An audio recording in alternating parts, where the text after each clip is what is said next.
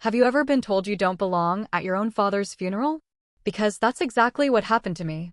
One minute I was standing quietly in the back of the chapel, trying to hold myself together while the slideshow of my dad's life played across a dim screen, and the next minute, my sister was pulling me aside and telling me I wasn't welcome there. Not welcome. But before we continue, please subscribe and turn on the notification bell for updates. At my dad's funeral. But the strangest part? 3 days later, the family lawyer called everyone back to his office to read the will. And the moment he opened the envelope, my sister suddenly jumped to her feet and tried to stop him. That was the moment I realized something was very, very wrong. And by the time the lawyer finished reading what my father had written, the entire room had gone silent. But to understand why that moment mattered, you have to understand my family. My name is Emily Carter. I'm 34 years old, and I work as a high school English teacher in Cleveland, Ohio. I've always been the quiet one in the family. The one who listens more than she talks. The one who reads people before she reacts. My sister, on the other hand, is the complete opposite. Rebecca Carter, everyone calls her Becca, is 38. Confident. Outspoken. The kind of person who walks into a room and immediately becomes the center of attention. Growing up, people always said we balanced each other out. Becca ran the conversation. I observed it. But the one person who truly held our family together was our father. Richard Carter was 67 when he passed away. He had spent most of his life running a small construction business he started in his 20s. He wasn't flashy. He didn't talk about money or success very much. But people in our neighborhood respected him. If something broke in your house, Dad could fix it. If you needed advice, he'd sit at the kitchen table with you for hours. And if you were family, he showed up. Every time. Even after he retired 5 years ago, he kept busy managing a few rental properties he owned around Cleveland. Nothing huge. Just enough to keep him active and comfortable. But over the past few years, something had quietly started changing in our family. And at the time, I didn't realize how important it would become. You see, my sister Becca had slowly started taking over a lot of things for Dad. At first it seemed harmless. She helped organize his doctor appointments. She paid a few bills online. She even started managing some of the paperwork for his rental properties. Dad used to joke about it. "Your sister thinks she's my manager now," he'd laugh. And honestly, it seemed helpful. Dad wasn't always the most organized person when it came to paperwork. Becca was good with details. But there was one thing that started to bother me. Every time I offered to help Dad with something, Becca would step in first. "Don't worry about it," she'd say. "I already handled it." At first I thought she was just trying to make things easier. But over time, something else started happening. I stopped getting updates about family decisions. Conversations about finances suddenly happened without me. And when I asked questions, Becca would brush them off like they weren't important. "Dad and I already talked about it," she'd say. The strange part? Dad never seemed upset about it. If anything, he looked tired. Like someone who didn't want to argue. Looking back now, there were signs everywhere that something wasn't right. But when you trust your family, you don't immediately assume the worst. You assume things will work themselves out. Then 2 years ago, something happened that changed everything between me and my sister. Something that led to the moment at the funeral. And something that, at the time, I thought was just another argument. But it turned out to be the beginning of a much bigger story. I remember the day clearly. It was a Saturday afternoon, and I decided to stop by Dad's house unexpectedly with groceries. Just a quick visit. Something simple. But when I walked up the driveway, I could already hear voices coming from inside the house. Raised voices. My sister's voice. And my father's. They were arguing. Not the normal kind of disagreement families have. This sounded tense. Angry. And the one thing I heard my father say before I stepped through the front door was something I'll never forget. "I'm not signing that." The room went quiet the moment they saw me. Becca turned around slowly. Her expression wasn't just annoyed. It was furious. And the look she gave me in that moment made one thing very clear. I had walked in on something I wasn't supposed to hear. But what I didn't know yet was that whatever that document was, It would eventually lead to my sister standing in a funeral home 2 years later, telling everyone I wasn't family anymore. And it would lead to a moment in a lawyer's office that none of us were prepared for. Because 3 days after that funeral, the lawyer would open my father's will. And the moment he started reading it, my sister would panic. What kind of sister tells people you're not family at your own father's funeral? I've asked myself that question more times than I can count. Because when I walked into the chapel that morning, the last thing on my mind was family drama. I wasn't thinking about old arguments. I wasn't thinking about the strange tension that had been growing between my sister and me for the past 2 years. I was thinking about my dad, Richard Carter, the man who taught me how to ride a bike in the cracked parking lot behind our old apartment building. The man who used to leave little notes in my lunchbox when I was a kid that said things like, "You're stronger than you think." The man we were all supposed to be honoring that day.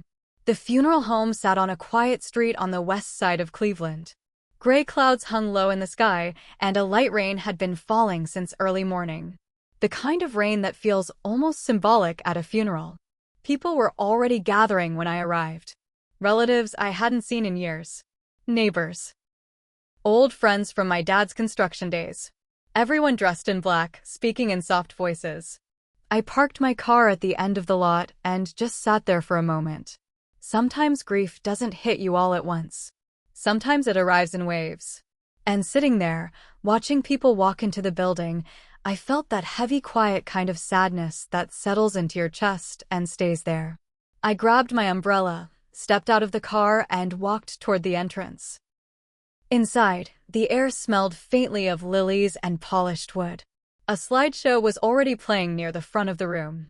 Old photos of my dad flashed across the screen. Him in his 20s holding a hammer at his first job site. Him standing next to the truck he bought after starting his business. Pictures of family barbecues, fishing trips, Christmas mornings. For a moment, I forgot about everything else. I stood near the back of the room, watching the photos and remembering the man who had always been the calm center of our family. Then I heard my name, Emily. I turned, and there she was. My sister, Rebecca Carter, 38 years old. Perfectly dressed in a black coat and heels, like she had stepped straight out of a magazine. Her hair pulled back neatly, her expression controlled. At first glance, she looked like the composed older daughter managing the difficult day. But when she walked up to me, something felt off. Her smile didn't reach her eyes. "Can we talk for a second?" she asked quietly. Her tone wasn't warm. It wasn't sisterly. It sounded like someone preparing for a confrontation. I hesitated for a moment, then nodded. She led me down a short hallway away from the main room. The muffled sound of the slideshow music faded behind us. The moment we were alone, her entire expression changed. The polite funeral mask disappeared. Her voice dropped. "You shouldn't be here."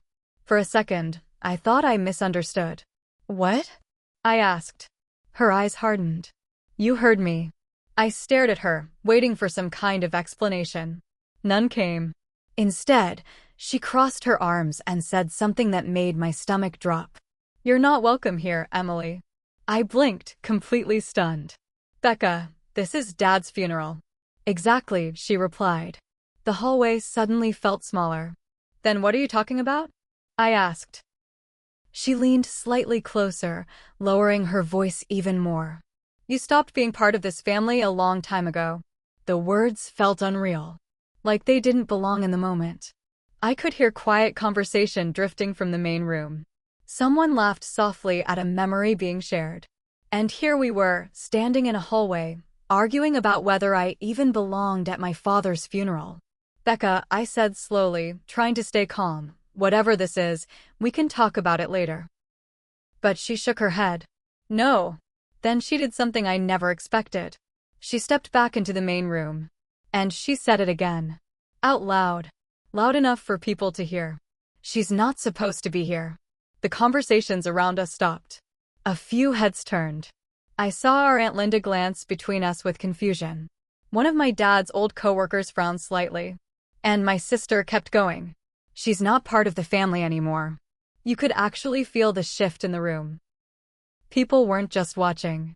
They were trying to understand what was happening. Why would someone say something like that at a funeral? My first instinct was to defend myself, to argue, to ask her what she thought she was doing.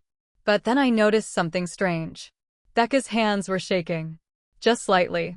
Her jaw was tight, and for a split second, she looked nervous. Not angry, nervous, like someone afraid of something. That's when a thought crossed my mind that didn't make any sense at the time. Why does she care so much if I'm here? If she just wanted to embarrass me, she had already done it. So why keep pushing? The room was still quiet. Everyone waiting for me to react. Waiting for the fight. Instead, I did something that surprised even myself. I didn't argue. I didn't raise my voice. I didn't give her the scene she seemed to want.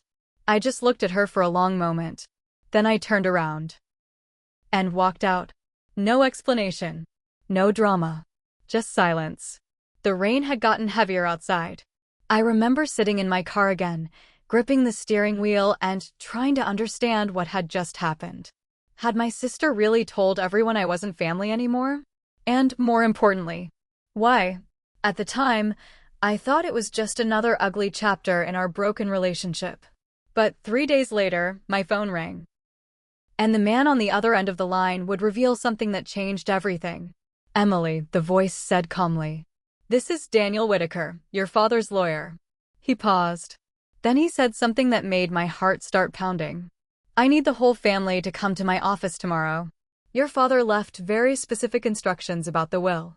And just before hanging up, he added one more sentence. One that didn't make sense yet. "But, Emily, you especially need to be there." What I didn't know then was that the moment that will was opened, my sister would try to stop the lawyer from reading it. And when he refused, the truth about our family would finally come out.